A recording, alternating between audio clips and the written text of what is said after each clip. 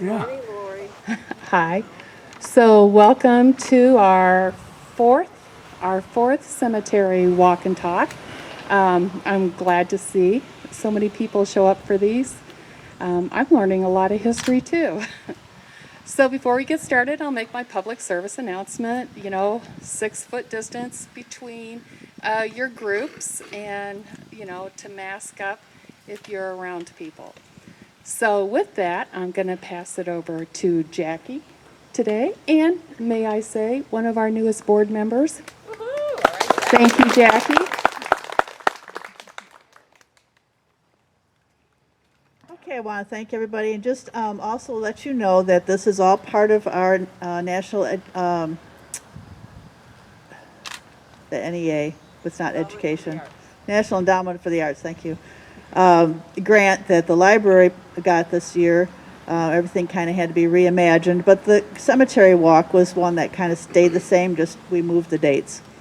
And so this is all around the theme of our town, and we extended that motto to our town, our island. We have shirts that say that with some cool words on it about Beaver Island at the library. If you want to stop in and purchase one of those, it helps support the programming that we're doing because we have to come up with some of the matching funds. So today we are in the Township Cemetery. Some of the old gravestones here John Works is going to talk about, and Carolyn, his wife. And he's also you're like the administrator for the cemetery, right? Sexton, thank you, for this cemetery. So we're going to turn it over to him, and we're going to do a couple here in this area, then we're going to move to another area, then move to another area, so we'll be kind of shifting around a little bit. So people with chairs can just shift their chairs with us, okay? All right, John?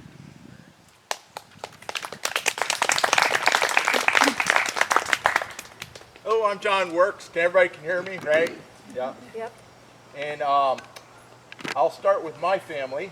Um, it's kind of interesting. My dad first came to the island in the early 30s. He was at a camp at Camp Hayawenta, which is by Traverse City. I don't know if folks know that, but it's the oldest YMCA camp in the United States. So anyway, while he was there, they came over to the island in the early 30s, and they had a camping excursion here. And when he was here, my dad slept in poison ivy. So he got it so bad that he had to be hospitalized. So then in the 60s, my mom and dad were looking for a summer home. He had grown up in Ashtabula on Lake Erie. And so they ended up in Charlevoix. And my dad remembered Beaver Island. He says, well, let's go over there for a week. So they got on the boat and they came over. And when they came over, the only thing, if you can believe it or not, there's Donegal Bay Road was actually a true two-track. And if you met somebody, you had little pole offs, so you had to go back or forth. There's actually in spots, there was grass growing in it.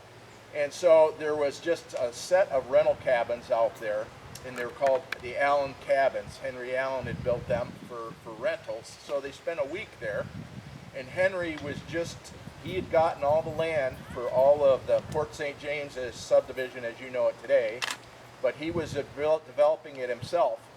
And before they left, my mom and dad bought 2 lots, and they're at the base of Mount Pisgah. And in 1963, they hired Walt Wojan, and they built a house there. And ours was the first house ever built on Donegal Bay. And the road used to go right to our house, and that was it. And then over the years, I think, I was out on a boat one time, and I stopped counting after 100 houses. So, but so then. My father retired to the island, and my mother, and they're both passed. My father is over there, John Works, and the military marker. He had served in Korea, and he taught at Duquesne University in Pittsburgh, and that's where actually I grew up, in Pittsburgh, Pennsylvania. Go Steelers! Yeah. And my sister is buried there. She had been killed in a car accident in the 80s. And she's buried there. And then my mother passed away, and she's buried beside my father. In '79, I moved here and full-time, and I met my wife Carolyn at CMU, and we married and had a daughter who now lives in Petoskey. So that's a little bit about the Works family. So now I will go and talk about Thomas Jefferson Hawkins. Okay, a lot of folks, this is the marker right here. It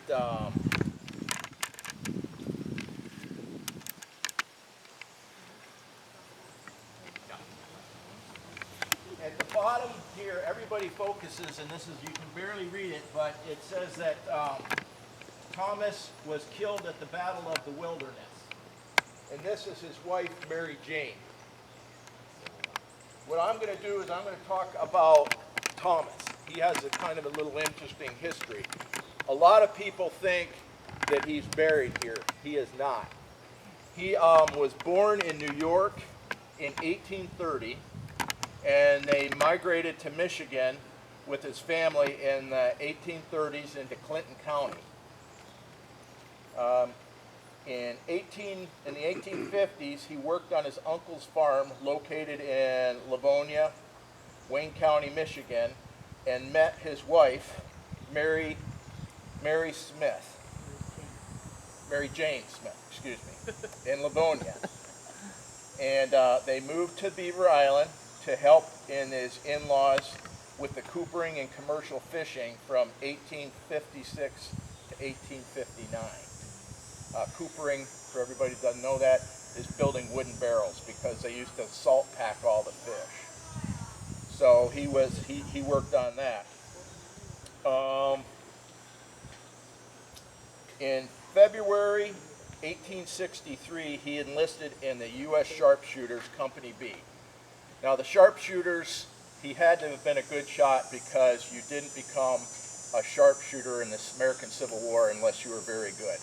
It was a very prestigious company to be in. There were just a few, and they fought in most of all the major battles in the Civil War.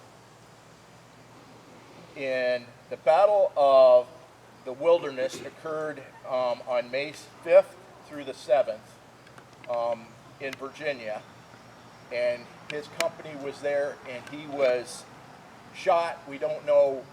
The only thing it says is that he had a gunshot fracture, which is going to tell me he was either hit in the leg or the arm, which usually meant an amputation.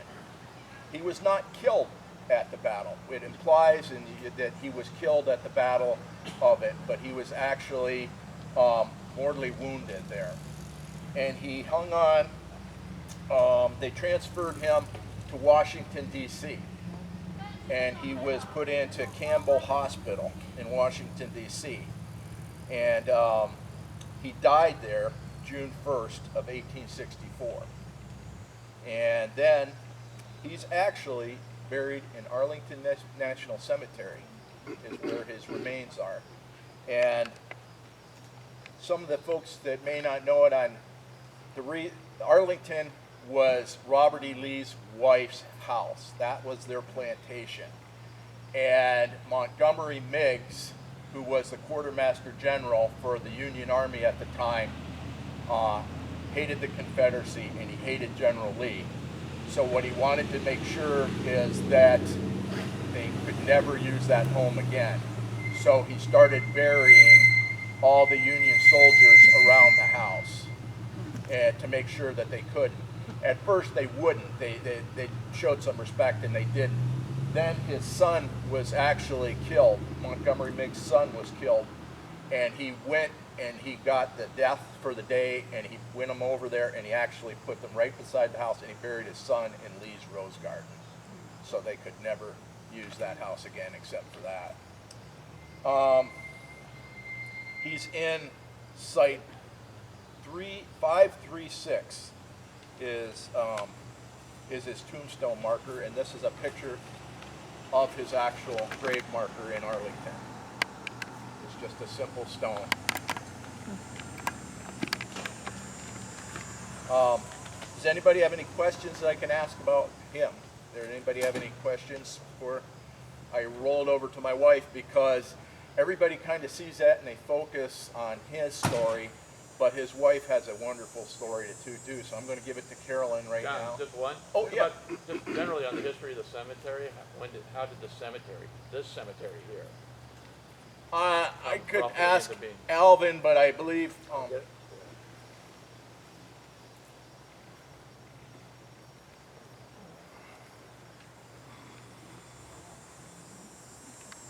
This was not laid out as a cemetery from the 1830s and 40s all the way through when there would be a death out on the sailing schooners that went back and forth. If one of the guys drowned or fell off the rigging and was killed, this was an easy place to find, an easy, nice, deep harbor. They would come in the harbor. The captain would have the bed row the body ashore. They would come up here. A lot of people are buried outside this fence. This fence was put up about, first one, 1946 or 47. There's people buried outside, even under the road out here. So it was not laid out as a cemetery. So the captain would come in, they'd dig a grave anywhere and bury the body, leave, and they'd have some local person here put a wooden cross up.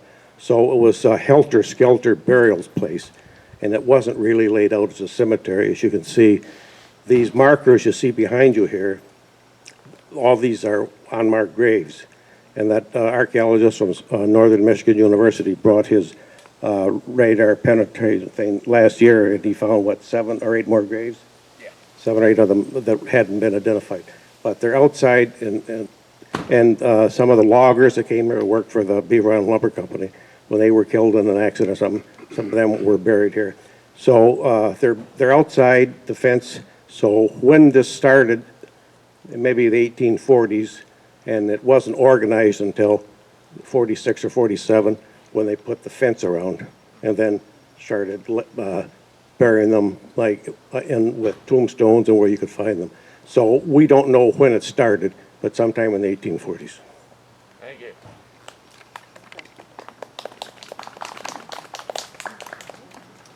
Does anybody have any other questions?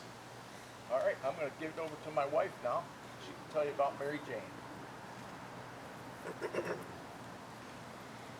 Thanks for coming, everybody. I love genealogy. I've been doing it for 25 years, and about that long ago, I wanted to know about that stone there. Okay. And so I started just looking it up on Ancestry, and I found out all kinds of stuff. Mary Jane Smith's family, her father was a cooper down in the Livonia area, Wayne County, and they all moved up here. Her dad, her mom, her brothers, they all came up here for the commercial fishing and building the barrels. Her one brother, Thomas Horatio Smith, he was the first lighthouse keeper over for Emmett County. Her other brother, Timothy Dwight Smith, he was a commercial fisherman. He had a giant rig, and he was out of Charlevoix County. These people, I call them the fisher folk, they all predated King Strang. They were here either just before King Strang or at the same time as him. So I find them just fascinating. So Mary Jane moved here with her husband, Thomas Hawkins, her dad, 2 of her brothers, and another brother too. She came from a large family. And they obviously were fishing and building barrels and fishing. I don't know what she passed away from. She was only in her 20s when she passed away. And then after she died, I think they moved back down, the kids moved back down to Livonia with the grandparents. But she had several brothers. 3 of them were around in this area. And then her other brother that didn't move up here, he enlisted in the Civil War. She also had 2 other brothers that enlisted in the Civil War and passed away too. One was in Andersonville and the other one was down in Mississippi. Her other brother, or younger one, Oscar, he was in the same cavalry brigade and company, which is 100 men, as my great-great-grandfather. Okay? And all of them were Thomas Jefferson Hawkins, my ancestor, and this Oscar Smith, Mary Jane's brother, were all at the Battle of the Wilderness all the same day. Now, if that doesn't make a genealogist's hair stand up on the back of their neck, I don't know what would. But that certainly did for me, and I was very happy to discover that. It's like I got a Beaver Island connection kind of thing. And then I did some more research on my own family, and I discovered just recently a second cousin once removed, so that's pretty far away. He was married to the granddaughter of the first postmaster here on Beaver Island, Charles Richardson Wright.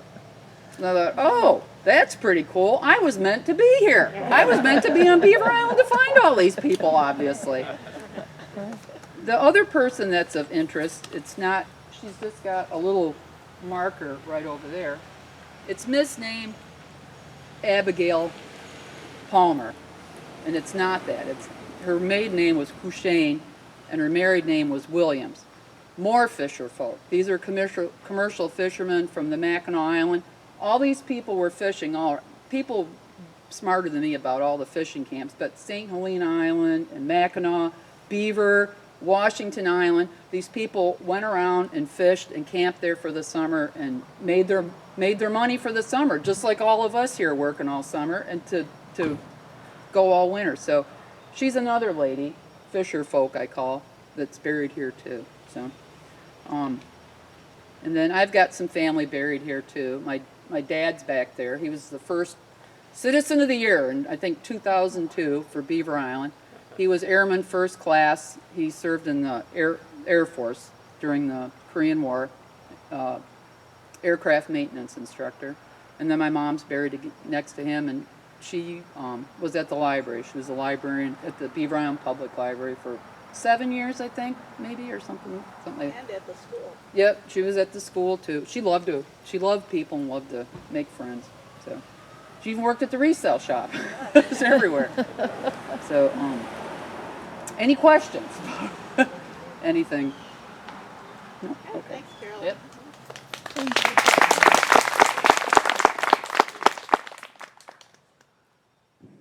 Okay, Broders. Where are the Broders? Wait, see, there's They're a over blue there, but flag where's over there. George, there he is. Robin first. Ladies Robin first, okay. All right, so over there where the blue flag is where David Broder's buried. And they're going to talk about him, okay? And your mom. So, Ann Broder is buried over there too, without the flag. And so, I'm going to talk about how the Hoffman Collar Broders got to the island. Ann's grandfather and grandmother, they lived in Springfield, Illinois, and Ann's mother, Helen, had a sister, Marg, who was, every summer had really bad allergies, and so they would go north trying to find different places to, she could survive the summer, and they went to Colorado, Rockies, and in the 1914, they discovered the Great Lakes Islands, and in 1915, they came to Beaver Island and bought property on the back beach, just down the road there a little bit on Pine Street, and built a cabin. And so Helen, Ann's mother, started coming to the island, I think when she was 13, and had 80 consecutive summers here on the island. I think she missed her last year of her life, the summer before she died. She died in early 96 in January, right after her 94th birthday. So Ann grew up coming to the island every summer just with her mom and Ann's brother, Bill. Helen became sort of an island historian.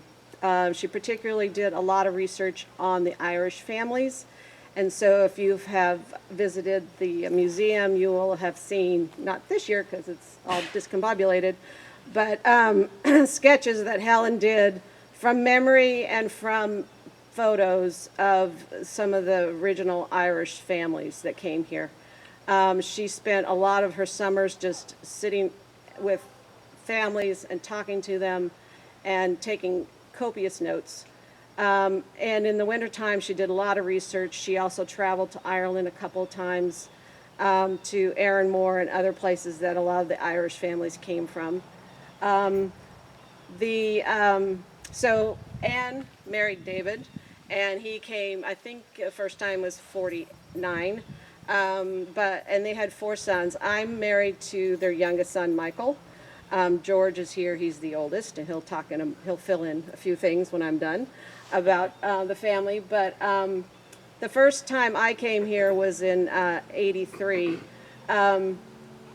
So the cabin on the back beach, it didn't have hot water all the time. That Anne was here every summer with her 4 boys and lots of extra friends too, usually. And around 1980 or so, she bought Helen Cooper, who's buried right here, house on the on Big Sand Bay. And the first summer I was here was in 83, and I walked into the cabin to meet Helen, and she was sitting there, and there was a hot water heater just sitting in the middle of the room. And she explained that, she was waiting for Walter Wojan to install it, which took many, many months. And so that was sort of my introduction to Beaver Island and the way of life here. Helen had a lot of her research she wrote in pencil on note cards, and she had boxes and boxes of these. And the island families here, the Irish families in particular, would often come and sit with her and go through and learn about their families. People who aren't from Beaver Island who had connections would come here and sit with Helen and learn about their families. When Helen died, all her papers, my first reaction was like, oh my gosh, all this is in pencil. How's it going to survive? Anyway, it was all donated to Central Michigan University.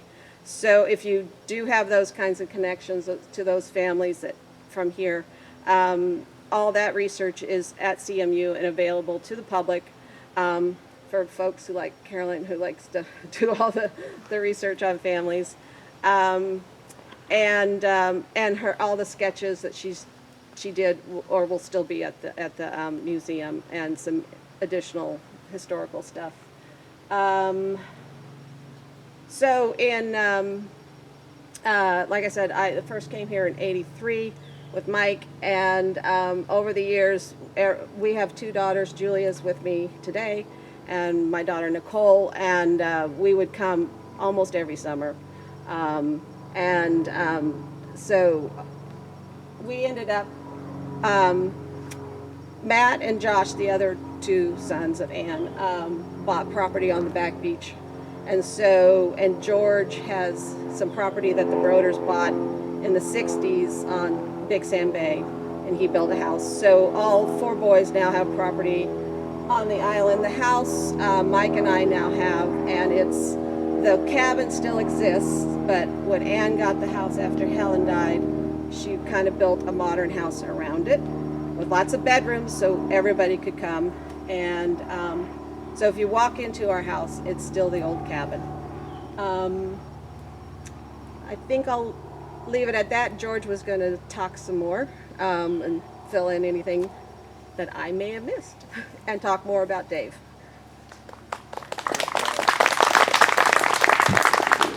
Super job, Robin. Super job. I'm George Broder. I'm the oldest of the 4 Broder sons, brothers. Just on Mom, just to close that loop. So her grandfather, my great-grandfather, Uriah J., and his wife Ella, as Robin just said, they came here in 1915 and bought the property on the back beach. If you've ever flown into the airport, the municipal airport, not the Welke, and you look up inside there and there's that beautiful diorama, that 2-person wood skiff that's been restored, that's Uriah J. Hoffman's skiff, which my grandma Helen donated that to the Historical Society at one point, and then it's now being placed there. So of course, we're really proud and honored that our my great-grandfather, my mom's grandfather, that's displayed like that for everybody to enjoy. For my grandma Helen, as a kid, I think vaguely remember that it was stuck under the the back of the porch because she didn't like it. So just to be clear, for her it wasn't a great sacrifice to donate it to the historical society. So that the blue flag is not a flag; it's a banner, and it celebrates the World Series championship of the Cubs in 2016. My father was born in Chicago Heights, Illinois, of Chicago, and he was one of the millions of Cubs fans that didn't get to live quite long enough to see the Cubs finally get their World Series. And so but we know he's cheering for them, and he cheered for them back then. And so that's why we every summer, even this weird summer, with baseball being so strange, but we do put up that banner every year because we know that that's something that was important to him. That's something that was important to him. So this is his watch.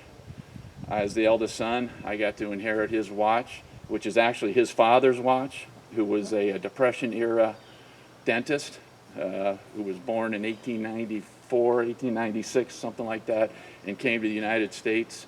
So, like, he left it to my father, left it to me, and someday it'll go to my daughter, Lauren. But my father wore this his entire life after his father had left him. So it's kind of a nice way to keep connecting. And then, like when one of my brothers if their daughter's graduating from college or something big, they borrow the watch and they wear the watch as a way of getting my father still in the room, right? Or still at the event. My father was a reporter for the Washington Post. Some of you know that. And he wrote a column, nationally syndicated twice-a-week columns. But when he would come to Beaver Island, he would always usually crank out a column that would... My father was your pure definition of a workaholic. He was a one-trick pony. He was a reporter and writer. He didn't do golf, really. He didn't do tennis. He kind of pretended at tennis. But he did what he did. And he was that true, pure definition of someone that loved what he did. So even when he was up here on Beaver Island, he'd bring a big stack of congressional quarterlies, if you know what those are, or speeches that politicians had sent him that they're going to, that they either had already given or were going to be giving. And he'd go through it, and then he would write a column from Beaver Island. And many of you know about this, and they became known across the country as these sort of whimsical a little bit, but still serious. And he would write about something that was going on in the island, and he would link it or integrate it to something going on in national discussion. And so things like the taking down of the tree, the great old tree behind the post office, was this huge controversy and had to be done, and he linked it to something going on with national forest research, national forests or something. Or there's a great one about how Bud McDonough was trying to fix the gas. There was a time at McDonough's, the old McDonough's, many people remember that there was a gas pump there. And Bud McDonough was trying to fix the gas pump with a couple of his pals. And my father walked up and kind of pretended like he was helping, and then he slinked away because my father was not mechanical. among all the other things he wasn't. But he wrote about that, and he linked it to the Gulf oil crisis or whatever was going on. So my brothers and I, after he left us, some of you may have the book, but we compiled all the columns, and we put out a call to the islanders, to the island community, to help us fill it out with pictures. And if you're fortunate enough to have gotten a copy, we're very proud of it. We did it the family did it as a donation to the community out of our love and his love of the island, and we made it a fundraiser for the Rural Health Center. And we're very proud that now this is 4 or 5 years ago, I guess now. But more than that. But anyway, we raised about $35,000 or something for the health center, so we really felt great about that. My father, as Robin said, first started coming here when he was my mom's boyfriend from the University of Chicago, and like all of us, he got the island, he understood it, and we talked. Grandma Helen welcomed them obviously into the family. He was a reporter for a few publications, including the New York Times at one point. And he quit the New York Times to go to work for the Washington Post in around 1964 or 5, something like that. So I'm alive. All the brothers are alive. I'm telling this because he accepted the job offer over the telephone from Ben Bradley at the public phone at the time that was down by the boat dock. So, now the Washington Post, not getting into politics, what you view, but at the time in the early '60s, the Washington Post is not what it now became, what it is. It was one of many newspapers in Washington, D.C. at the time, reflecting the fact that many big cities had multiple newspapers, but nobody quits the New York Times to go to work for something called the Washington Post, particularly at that time. And he had 4 sons, young sons, and how are you going to, I asked him decades later, I've been thinking about that. You've got 4 kids, you leave the New York Times to go to work for this paper that, it's a successful little paper, but it's not the New York Times. How could you, what about the rest of your career? And you're the father of 4. And he said, never thought about it. It's just what I knew, it was something I had to do. It was the right choice for me. And then, of course, the Washington Post became the Washington Post, which he significantly, played a part in. He won the Pulitzer Prize in 1973 for coverage of the 1972 presidential election. And that was the year that the Washington Post won a lot of Pulitzer Prizes for Watergate coverage and other things. But my father was in that group. And Ben Bradley, if you know that name, he always said that when he was recruiting David Broder from the New York Times, he said, this is a straightforward guy. You don't recruit him going to a fancy French restaurant and trying to talk shishi. You take him to a diner and you tell him, you leave the New York Times, you're going to be our lead national political correspondent. You decide how you want to cover politics for us. Obviously, I'm paraphrasing. I don't know the exact words, but that was the message, And my father left the New York Times to do that. So I thought guts, and it turned out all right for him too. It did turn out. Last thing to say is that both my parents are cremated, and my father left us in 2011, and we had my father's remains. My brothers and I were, my father never told us where he wanted to be buried. He was going to live forever. And so my brothers and I came up with the idea of he was known, his reputation, his great, standing was based on the fact that he traveled the country relentlessly to talk to voters.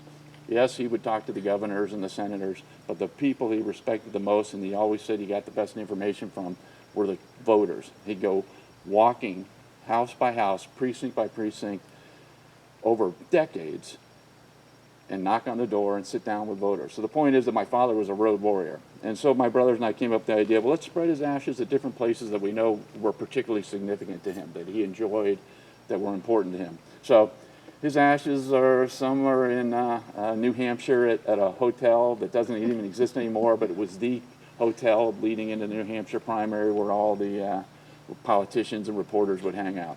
And I spread a little bit of him at the LA Memorial Coliseum, which was the site of John F. Kennedy's acceptance speech in 1960 for accepting the nomination of the Democratic Party. And it was the first time that anybody had accepted a nomination outdoors, but for my father, it was the first convention that he had covered on behalf of, he'd watched politics, but it was his first one, so that was significant to him. He's also, with the help of some of my buddies, of course, and I'll conclude, I got him onto Wrigley Field.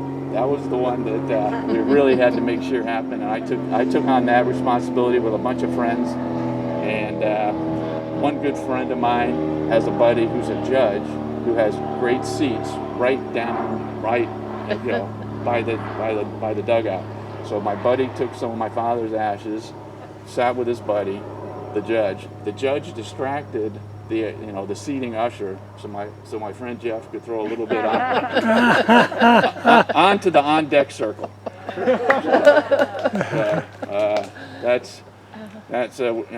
And we saved a little bit of them so that when the time came and Mom left us 4 years ago, that they could be together here at this beautiful Township cemetery on this beautiful island that they both loved. Yeah. Thank you. Thank you. One quick thing, Helen is not buried here. She is buried in Crawfordsville, Indiana, which is where she was living, and where she George is named after Anne's father, George, and he died when Anne was a teenager. He was in it was an automobile accident. I think it was a truck hit him, right? Yeah, pedestrian got hit, yeah. Yeah, he was a pedestrian. And so Helen always wanted to be buried with George, and so she's actually not in this cemetery. I just wanted to note that. So, thank you. Thank you, Robin.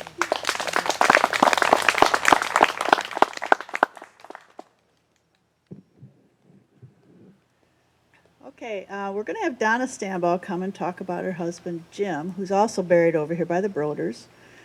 Jim was a teacher at our school, and I had the opportunity to teach with him for many, many years. And the kids loved him, as did all the teachers, too. Donna?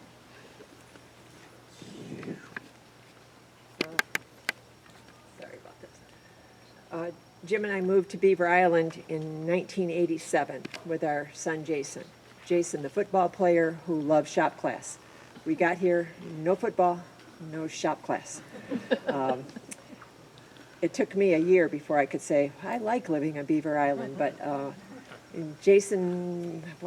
Jim he always said, I was always an islander, I just never had the island before. And he was at home, at peace, the minute he put his foot down on Beaver Island. We came here knowing nothing, knowing no one. In fact, when we bought our house, which is out at the end of Kings Highway, I went to school all excited that first year. You're telling the kids at school, we bought a house, I'm so excited. And Nathan Martin, this big, he looked at me and he said, well, whose cousin are you? We are no one's cousins, but we feel at home and connected here on Beaver Island. So Jim died 5 years ago. 5 years ago this week was his memorial service. And people tell me it was the biggest funeral memorial service ever held on Beaver Island. Jim was a Marine, a Gungy Marine, if you know what that means. That's what my kids call him that, the Gungy Marine. He was really into it, and he was a pacifist. And Jim was a gun-toting hunter guy who was the gentlest spirit you've ever met. He was a man of contrast and curiosity. That's what we always say. He was a man of contrast and curiosity.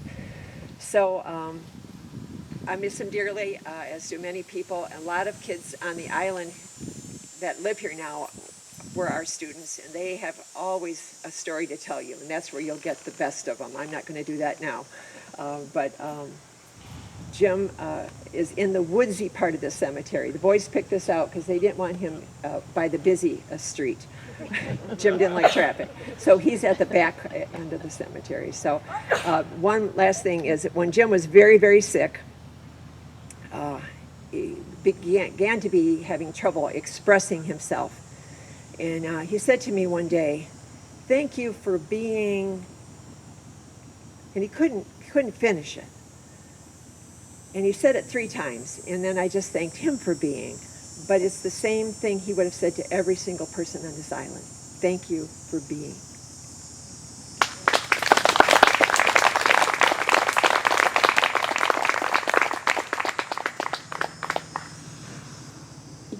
Jim actually was one of the main scout masters on the island, too, with John. Well, the first. Yes.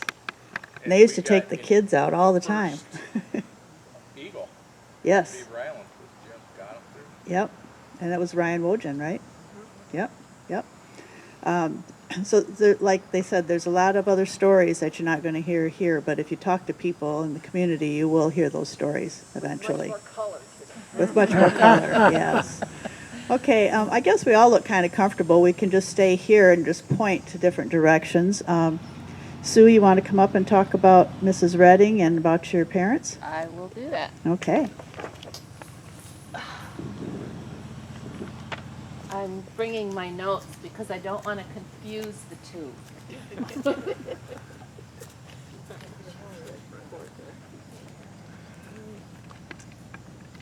Let's talk about Mrs. Redding first.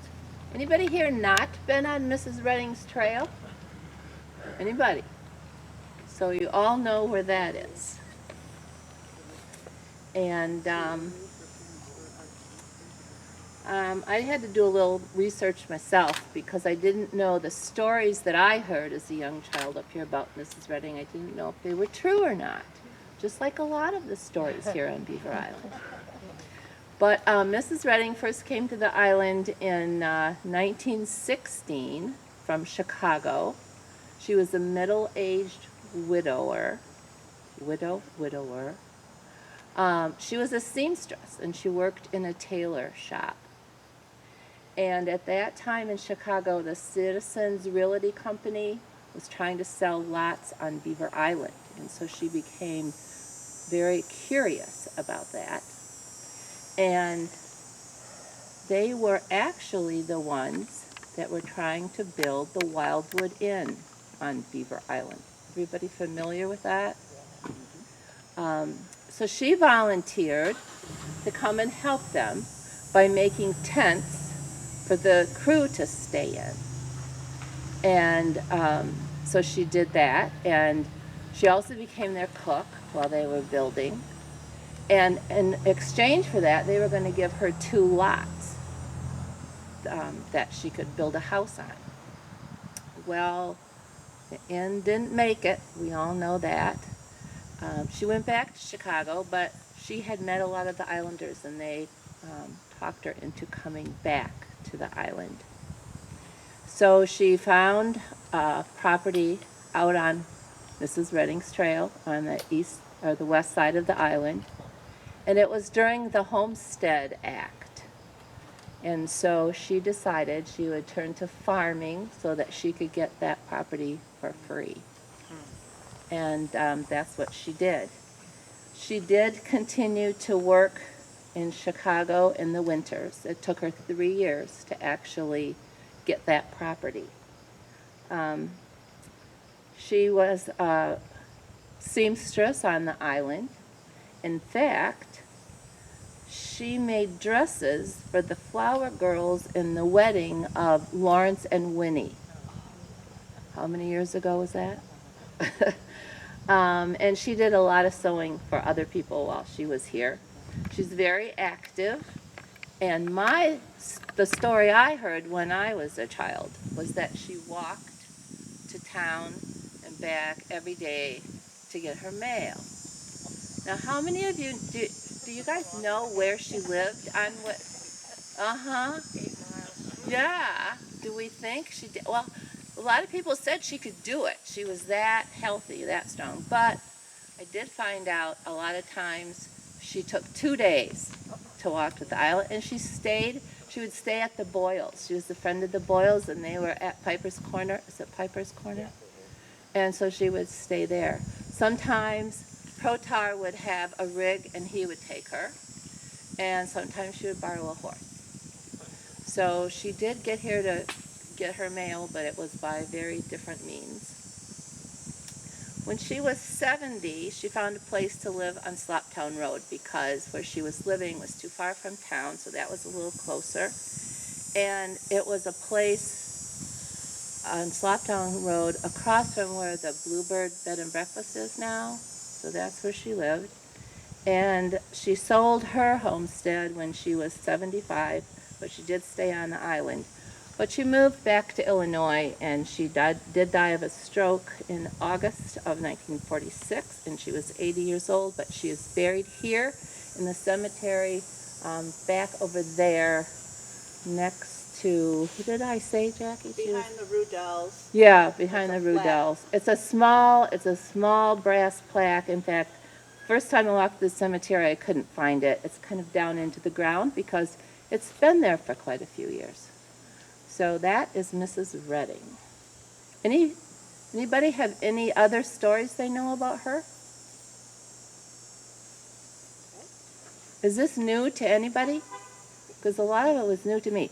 Oh, and there's a whole chapter in the volume 5 of the Journal of Beaver Island History. Whole chapter about her. A lot more information than I gave you. So if you're interested, this is a good resource. Sue, is there stuff about Wildwood in there too? In that one? No, but there is in the book about the south end of the island. There's a lot about Wildwood in there. Henry Hills? Yes, Okay. yeah. And then My parents are buried way in the back, the Johnston stone. I'm a Johnston. And they and I got here to the island when I was about 4 because of my grandfather. My grandfather was Horace Burr, known as Jack Johnston. And he and my grandmother would come to the island, and Elvin, you might know him better than I do. But they came to the island to fish and hunt in the 40s. And he loved the island. They both did.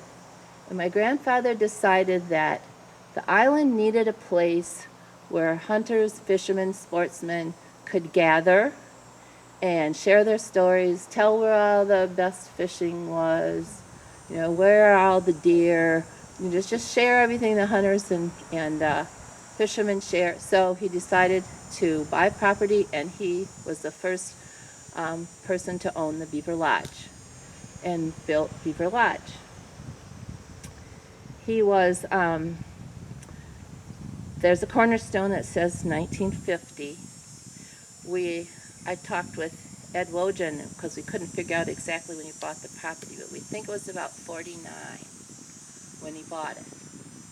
They started building in 50. In 51, in May, he was up here on a ladder, and he was working on the house, and he suffered an aortic aneurysm. So he was airlifted off the island, flown to Munson Hospital in Traverse City, and the next day he passed away, and he was only 58. So my grandmother wasn't sure what to do, but she wanted to fulfill his dream of having a lodge. So my father happened to be the youngest of 6 children in the family, and the only one that wasn't on a career path. He was still in college. So she called my father and said, would you be willing to go to Beaver Island and oversee the finishing of the lodge and run the lodge? And from what I understand, my father didn't have to think too long about it, even though he had to give up that college education. So we all arrived on the island later that year in 51. Walt Wojan and Lawrence McDonough and a few other islanders helped him finish the lodge. And the lodge was open year-round in those days. Grace Cole and Sophia McDonough were our cooks. There are a lot of people on the island that worked there. A lot of the girls, they waited on tables, they made beds, they cleaned bathrooms. I see Margie Martin around here, and I always say, Margie Martin taught me how to make a bed. They taught me how to clean a bathroom. I would follow them around, see if I could help. So it's pretty fun to get to know them. My dad became very involved in the life of the island. In those days, everybody went down to meet the boat when it came in, and he was always one of them. He always helped unload the boat. Anybody that could helped unload the boat. Of course, we can't do that today. He was involved in what was then the Civic Association. Now it's the Chamber of Commerce, and I think he was even president at one time. He was the first president. Was he? Oh, I didn't know he was the first one. He was on the committee that built the first medical center and got Doc Vale here. I remember as a child, we were so excited that we got to go over to the medical center for our polio vaccines. Something to be excited about, right? He was with a group of people that started the Beaver Beacon. In fact, my dad drew the first masthead for the Beaver Beacon. And we used to put out the paper in the basement of the medical center. And anybody who could came, whether you're adult or children or child or what, there were always jobs to do. So it was a community effort to get out that beacon. A lot of people don't know that my dad started Protestant services in the lobby of the lodge in the 50s. Until then, there had been no Protestant church services here except on free soil when the lumber companies were here. And there were, I don't know, 5 or 6 families that would come. And we had a portable organ, and my mother would play the organ. We got hymnals from somewhere. I was a kid, I don't know all those details. But, and then the McNeils started coming to the island. So Bishop McNeil, when they were here, he would do services. And I was actually baptized in the lobby of the lodge when I was little. And then that was the beginning of what is now the Episcopal mission here. My dad trapped beaver with Carl Keebler, and I have my mother's beaver coat with me, which is beautiful. And fishing, of course, is what we did up here, and smelt dipping. Who's been smelt dipping up here? How long ago? We don't do that anymore. Any smell? Yeah, there's no smelt, but that was a fun time. We did have some special guests at the lodge while we were there. My uncle was a state trooper in the Gaylord post, and 4th of July, he would come over, put a bunch of kids in the patrol car, and he would lead the parade, the 4th of July parade. And that was really fun. I can't tell you how many kids he could get in a state trooper's patrol car. Probably really against the law. And then everybody remember, and it's still on, I think, Michigan Outdoors. Morton Neff was the host, and he would come up here, stay at the lodge. I think the last summer he stayed there, we had a little problem because he brought a raccoon, and he let it out of its cage in the room. And my dad found out after he left that the raccoon had torn up the bottom of the springs under the bed. So I'm sure my dad had a little talk with him, and I don't think he came back after that. But one of the most prestigious guests we had at the lodge was Governor Williams. Everybody knows Soapy Williams. Governor G. Menon Williams. We have the Mackinac Bridge because of Governor Williams. But he loved the island, and he came up for 2 or 3 years. But there's one story that is really special. He came up and wanted to go to Garden Island to fish. So he chartered a boat, I don't know who was chartering then, went over to Garden Island. And my dad came to me at noontime and he said, I'm going to go see how the governor is. You want to go with me? We owned an Indian canoe, Canadian canoe with a motor on it, and we could go all over to the other islands all over. So we got in the canoe, went over. Governor was doing fine, and my dad reminded him that dinner at the lodge was at 6 o'clock. So 6 o'clock came and no governor, and 7 o'clock, no governor, and 8 o'clock, no governor. So my dad said to all the help, because the cook stayed, the waitresses stayed, he said, just go home. And of course everybody was worried, oh, what are you going to do? It's the governor. And he said, don't worry about it, we'll figure something out.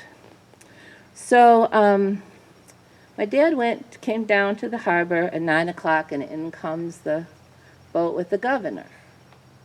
And my dad, though some of you that know my dad, knew that he didn't think anybody was better than anybody else in the world. Everybody was the same.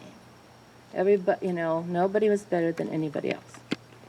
So the governor stepped out on the dock, and my dad went up to him and said, Soapy, didn't bother to call him the governor.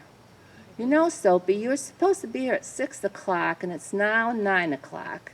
You have 2 choices. You can find another place to eat, or you can come to the kitchen in the lodge and sit at the kitchen table. We'll open up the refrigerator, and we'll see what we got. And the governor said, I would love to come and eat at your kitchen table. So that's what happened. And what happened after that is every year that he was governor at Christmas time, my dad got a gift from him. So he really, really appreciated, but that's how he was. He was a down-home guy. My dad realized that, knew that, and treated him that way. So that was pretty special. We did have to leave the island. I think we were at the lodge for 8 years. My mom had rheumatic fever when she was young, so her heart condition became worse and we needed to be close to a hospital. She finally did have heart surgery in the 50s. She was one of the very first people in the United States to have open heart surgery. But she got better. We visited often. And my parents, finally, they did retire here. My parents bought property on Pine Street, just down from the lodge. That was our favorite beach. And my mom passed away in '90. And then my dad stayed here on the island. He was the walker. If everybody remember my dad walking all the time, everywhere my dad would walk. He was quite a walker. And then he passed away in '09. And now I have retired here, and I'm in the house where they were. When they bought the property, it was a 3-car garage, and my dad turned it into a 2-story house. And so now I'm living there, and actually I use the top of the house as an Airbnb, and I have new guests to the island all the time. I take them on tours, I tell them about the island. I know people that have been here have bought properties, so I'm really trying to help us here with our economy. So does anybody have questions or anybody have anything to add? I was a little kid. Yeah, Some of you might know more about the lodge than I do. When we had the Christmas play, the Christmas Carol, your dad was Scrooge and I was Tiny Tim. Oh. Good. Joe started basketball here, and then the adults had a basketball team, and they would play the high school kids. And when your dad would get the ball, he would be right on the line where nobody could get on the other side. Go on down. He's about the size of Bob Anderson. He'd go down and just drop it back. He didn't have to jump. You know, if you had anybody, you know, well, you look at Bob Anderson, you say, Right and he would behind just Yeah, drop the ball he's in. right there. Yeah, same thing. Now, you probably did the same thing, didn't you? Didn't even have to jump. So we have to say things last forever. One of the little rocking chairs that's in the old picture of the Beaver Lodge from that area, big sitting area where the fireplace is still in one of the units at Isle Haven that we bought from Elvin's parents 35 years ago. Oh, wow. Yeah. And I don't know if any of you know it, but somebody on the island, I don't even remember who it was, found out that I had been a camp counselor and on staff of a camp, and they asked me in 1997, I still remember, if I would start a fine arts camp on the island for kids, which I did with the help of a lot of my friends.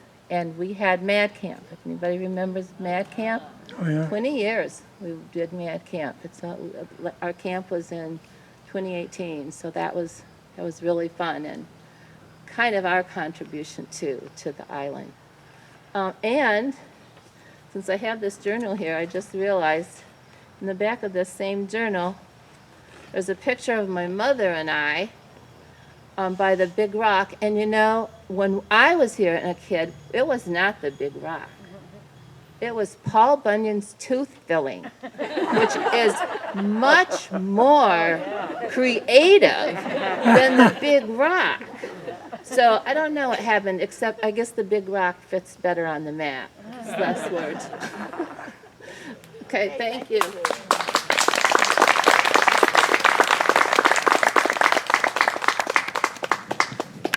Okay, somebody else that's buried here in the cemetery, and the family could not come, but they sent me a little thing to read, is Phil Gregg.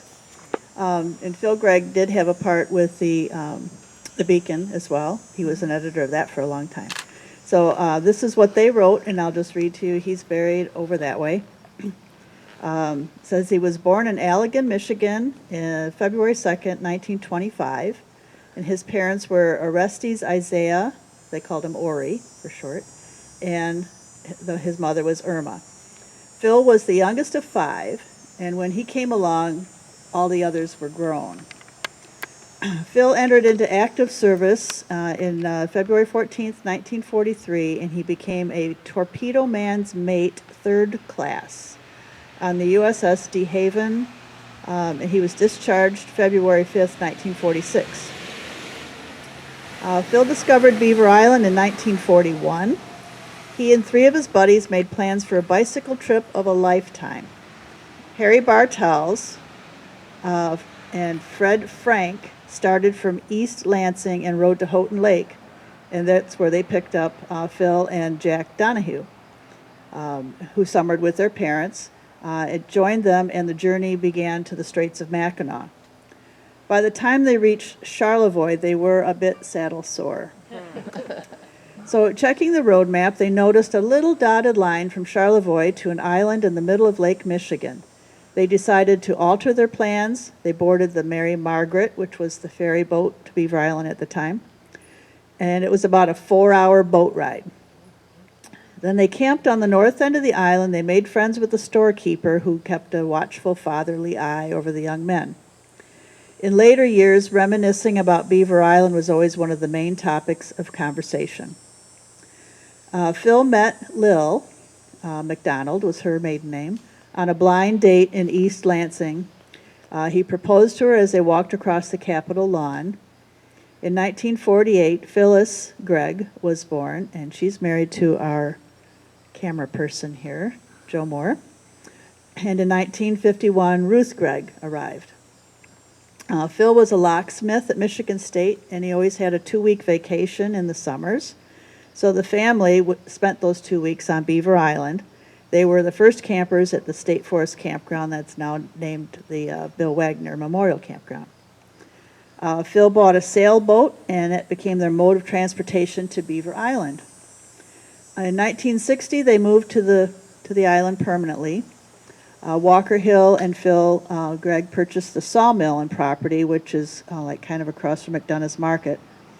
And their first summer there, they lived in the upper part of the sawmill. And then after that, they moved across the street. There used to be 2 little cabins sitting there where Dalwhinnie's is now. The property became Beaver Haven Marina, and they encouraged people and provided services for pleasure boats to come to Beaver Island. In 1963, their son Ron Gregg came along. I was reading this, and I was thinking, it's kind of like Phil was like, there was a big gap between he and his older siblings, and Ronnie kind of had that too. He was the big gap between he and his sisters. Phil and Walker operated the marina for about 30 years, and then they sold it to Sheldon and Pat Anderson. And just recently, now the Townships have acquired it. Township has acquired it. Phil's resume, he obviously was a locksmith. If anybody got locked out on the island, of course they called Phil. But who uses locks on Beaver Island, right? He was part owner and operator of the marina, which also included car and bike rentals. He was a dealer for Johnson Snowmobiles. He was a tour guide for the rustic cabins, he was a tour guide, and he also operated rustic villa cabin rentals, and something about the grill restaurant was kind of crossed out. He built boats. He was a teacher, a lay minister, a janitor, a deputy. He was editor of the Beaver Beacon, sexton for this cemetery. He served on the school board, Beaver Island Christian Church Board, Historical Society Board. There's a lot more, and I will say that he was one of the people that originally was part of the Beaver Island Community Players. And when we put on Our Town 26 or 27 years ago, he played the role of Howie Newsom, who was the milkman. So he didn't stay still for very long. He loved his family, sailing, shooting the breeze. He was a people magnet with a great sense of humor, wonderful stories, and his laughter was the best. He loved life, lived it well. He lived by his examples, and some with very special side effects. Not quite sure what that meant. Do you, Joe? Well, what I do know is that he followed all of his feelings about the way things should be.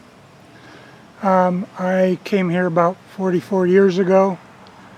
I worked for him at the marina, and in 44 years, sorry, I never heard him swear. Never in 44 years. It was always, "That bloody thing!"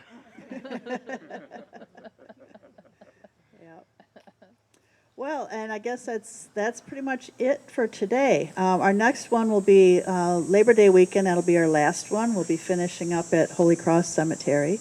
You're free to wander around in here. There's a lot of other families. The Crookshanks are up here. Barb Crookshank was a librarian at our district library for many, many years.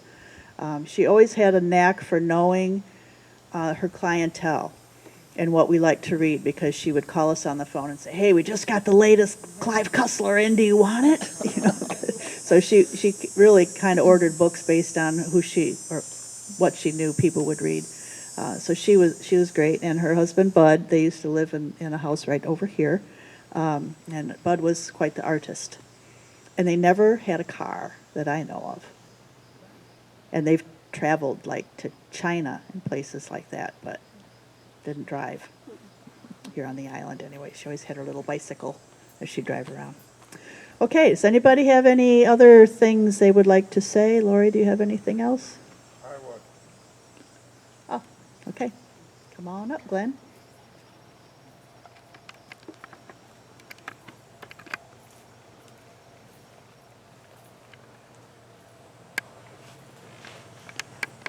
Well, folks, I don't walk too good anymore, obviously. Well, I didn't come up here just to shoot my mouth off. For those of you that know me, I do a pretty good job of that. But I came up here to apologize to you, the community, my father, Carl Felix, my mother, Eleanor Felix, and my dad's best friend, Harry Geffert. And their ashes are laid to rest by my grandfather's grave over there with the small stone that I got from Gull Harbor in 1958 and went through one of Art Larson's best cold chisels to put his name on it. Well, quite a few years ago, or a number of years ago, when my dad passed on, my mom died in 2003, my dad died in 2011, and their ashes plus my dad's best friend Harry are interned over there. Well, with the help of Mr. Works here, who's maintained security at Whiskey Point, and the OK from CMU, I was able to acquire a substantial limestone rock, which is in the back of that truck right there. I thus far got the face cleaned off. I'm going to really start put the lettering on, and so that my folks can have an adequate marker. I thank you for your time.